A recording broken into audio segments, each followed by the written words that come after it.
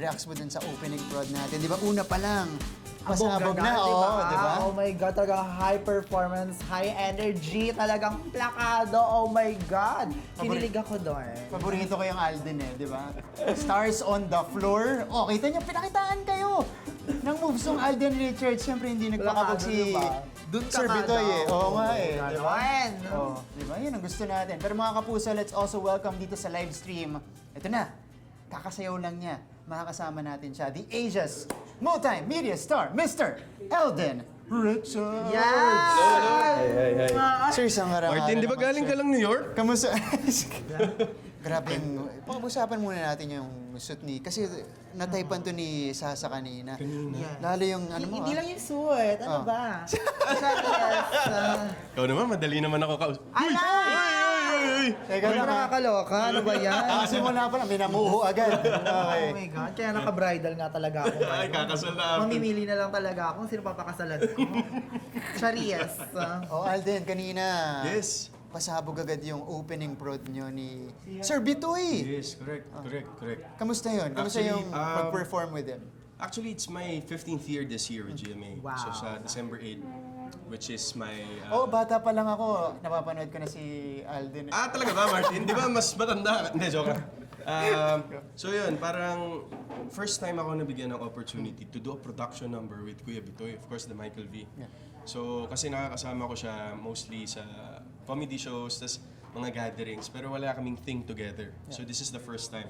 Sobrang enjoy. Iba rin yung experience, to be able to share the dance floor with him. Yeah. Hindi ko alam, we all see Kuya Bitoy as a great performer, actor, comedian, creative, director, lahat na actually. All around. All around. He wears many hats. Multi-talented.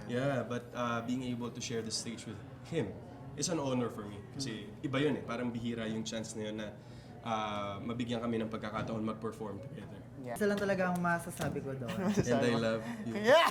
Hindi, ito.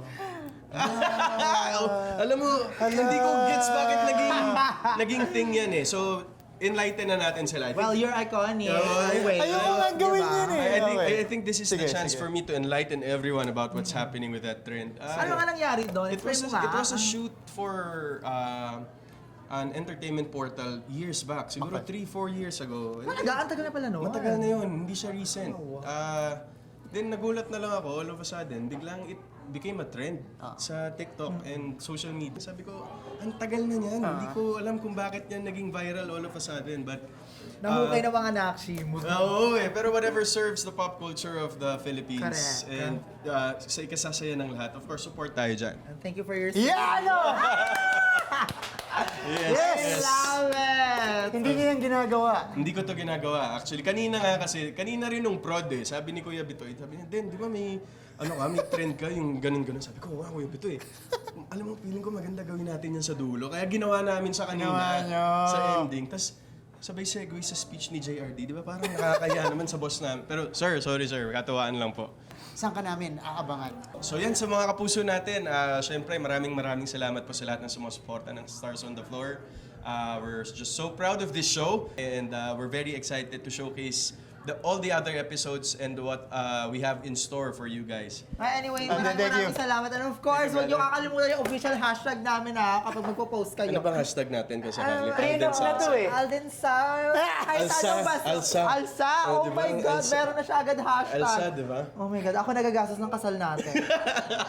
Ganon. Thank you so much. Alden, thank you. Thank you guys, maraming salamat. Umalis ka na, please. Thank you. Oh my Thank God, you. kinilig ako doon. Malala, Diyos ko.